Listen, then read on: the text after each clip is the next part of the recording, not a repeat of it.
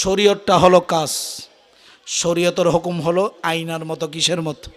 এখন যদি আমি এই কাজটা আমি জানি হাত থেকে ফেলে দিলে ভেঙে যাবে, ঠিক না?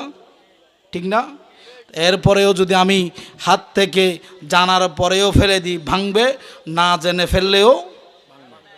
শরীয়তটা হলো কাছের মতো, ইচ্ছা করেও যদি পাথর মারেন ভেঙে যাবে, আর অনিচ্ছায় মারলেও ভেঙে যাবে। এখন যদি বলেন হুজুর, এখন তো ওই হুজুর বলছে, সাধারণ মানুষ তো জানে না, সাধারণ মানুষ হুজুরের আশকের মধ্যে বসে, আশকের মধ্যে বসে বলে দিয়েছে ঠিক, আল্লাহ বলতেছে শরীয়তের হুকুম, আমার এখানে ঠিক বেঠিক বলার সুযোগ নাই, আমি কাছের মতো আয়নার মতো পরিষ্কার রেখেছি, যেই ব্যক্তি ইচ্ছা করে অনিচ্ছা করে আঘাত করবা, সাথে সাথে বেঈমান, সাথে সাথে বেঈমান, ওইখান থেকে উঠার আগেই ঈমান নিয়ে ঘরে যাওয়ার সুযোগ নাই। নাউজুবিল্লাহ।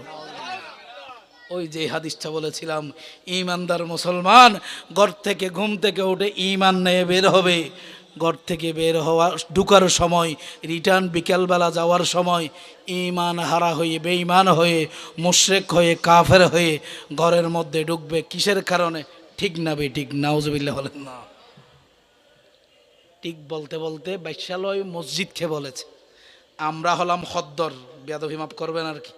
আমরা মসজিদে গেছি যে আল্লাহকে খোঁজার জন্য, অন্য কোনো সিস্টেম আছে? এখানে কি সভাপতি সেক্রেটারিকে খুশি করতে হবে এরকম কোনো হিসাব আছে?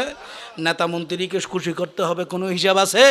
আল্লাহর দরবারে গিয়ে ওই একটু আগে বলেছিলেন, রব্বানা আল্লাহুম্মা ইন্নী যালামতু নাফসি যুলমান কাসীরা ওয়ালা ইয়াগফিরুয যুনুবা জামিআ ইল্লা আনতা ফাগফিরলি মাগফিরাতাম মিন ইনদিকা ওয়ারহামনি ইন্নাকা আনতাল গফুরুর রহিম।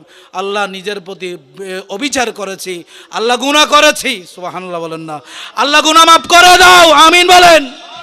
আল্লাহ, আমরা তওবা করতেছি, আল্লাহ আমাদের তওবার উসিলায়, কারণ আমার